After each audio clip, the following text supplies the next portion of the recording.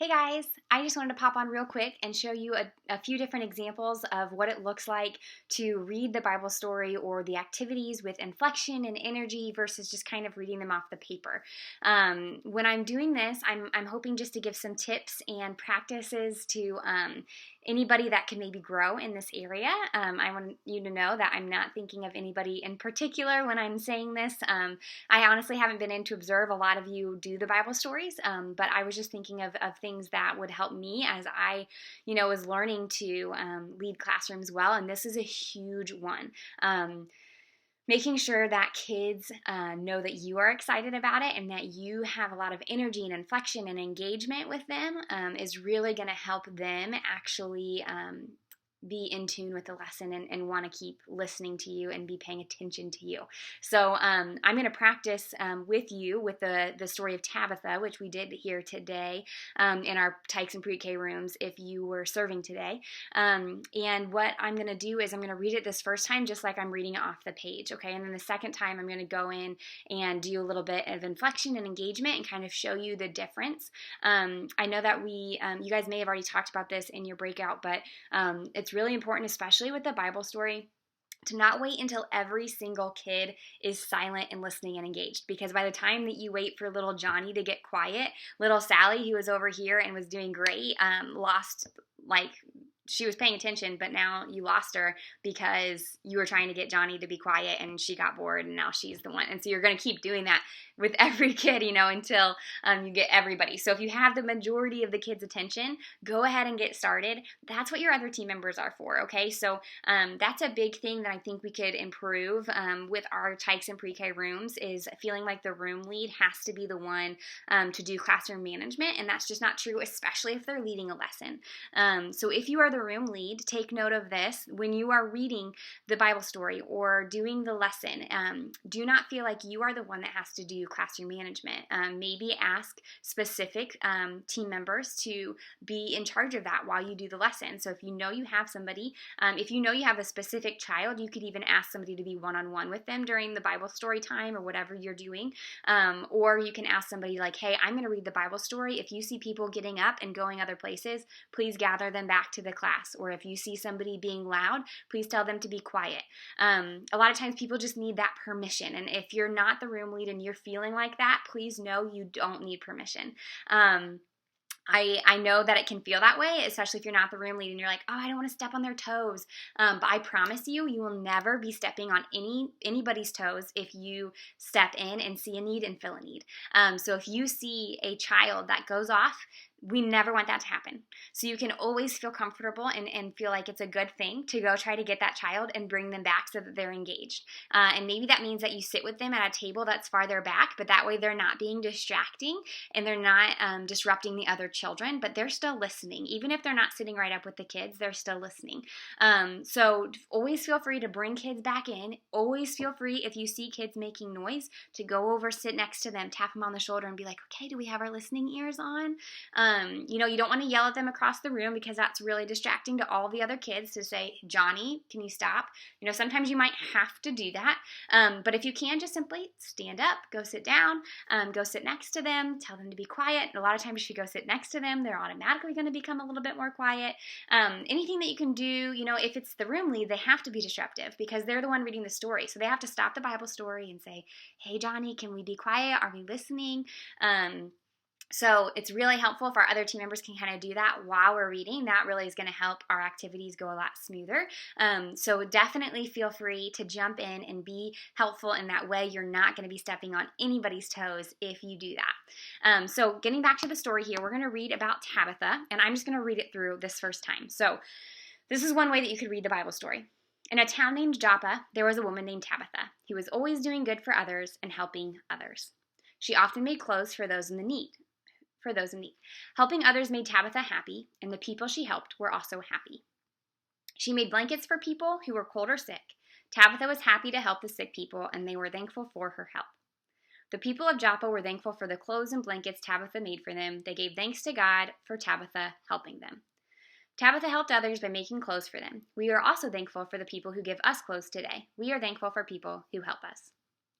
So, you might have noticed with that, I didn't read it poorly. I read it clearly. I read it in a way that people could understand, but there wasn't much eye contact. There wasn't much engagement with you, and there wasn't much inflection in my voice. So I'm going to try it the second time, and I want you to feel the difference of engagement that's going to happen the second time just by adding some inflection, some eye contact, knowing the story enough in advance that I can actually make conversation with you about it. This is why being prepped is really helpful. And the Bible story isn't something that you can read necessarily ahead of time because you don't necessarily have a toddler Bible at home. But you can get there, 30 minutes early, like we ask you to, and definitely have time to read that and get yourself familiar with it so that you are ready when those kids walk in. So this is the second reading here. So in a town named Joppa, there was a woman named Tabitha who was always doing good for others and helping others. Can you guys say the name Tabitha?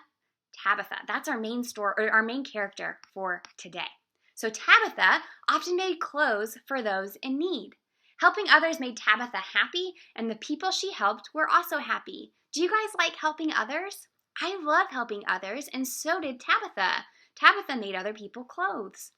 She made blankets for people who were cold or sick. Can you guys pretend like you're really cold? Ooh, we're so cold. I wish we had one of those blankets that Tabitha was making. Tabitha was happy to help the sick people, and they were thankful for her help. I'm sure they were. We'd love to have blankets when we're cold. The people of Joppa were thankful for the clothes and the blankets that Tabitha made for them. They gave thanks to God for Tabitha for helping them. Tabitha helped others by making clothes for them. We are also thankful for the people who give us clothes today.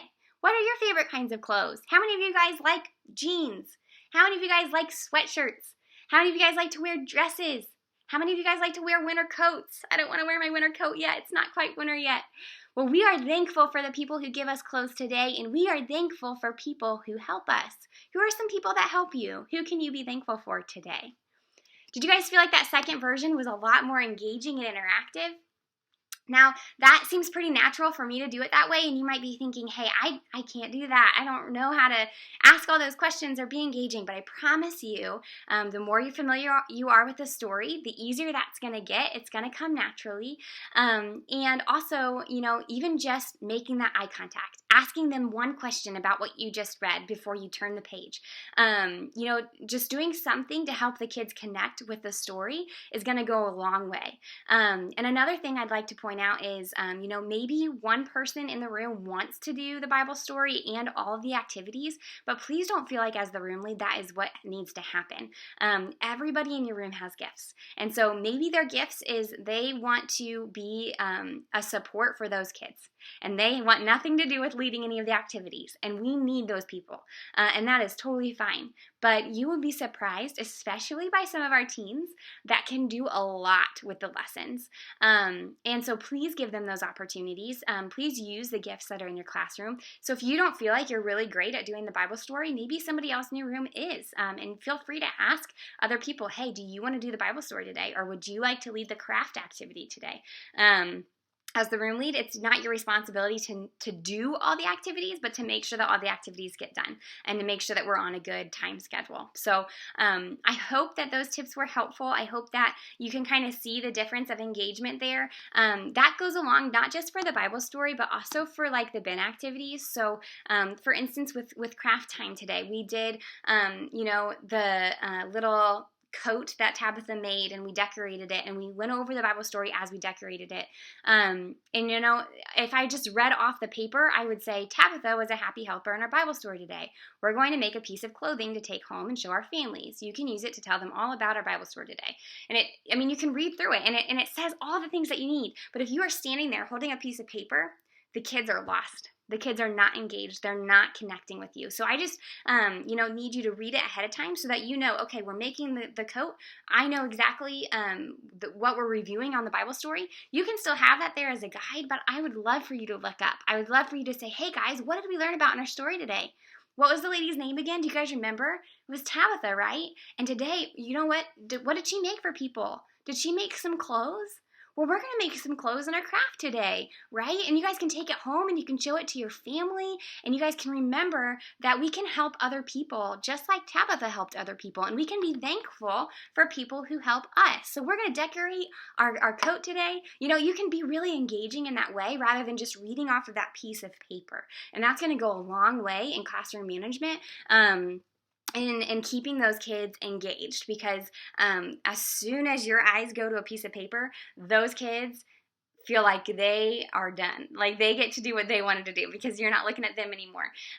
Another quick tip before I get off here is that you can definitely feel free to move on to the next activity before every kid is done with the activity previous.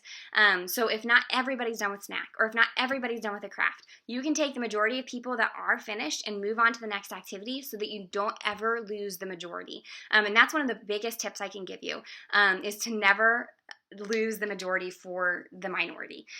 So if you have most kids done, you better have the next activity going, or you are going to have chaos sooner than you can blink. Because if everybody's waiting on one person, then they want to get toys out, they want to do all these different things. But if you have just one or two kids that are finished before everybody else, then that's when I would say go get a puzzle or a book. We can wait for everybody else to finish. But if you have like 10 kids that are done and 3 kids that aren't, you can say, okay, we're going to go ahead and we're going to get started over here with our memory verse activity. You guys keep finishing up your craft. As soon as you're finished, you come and join us.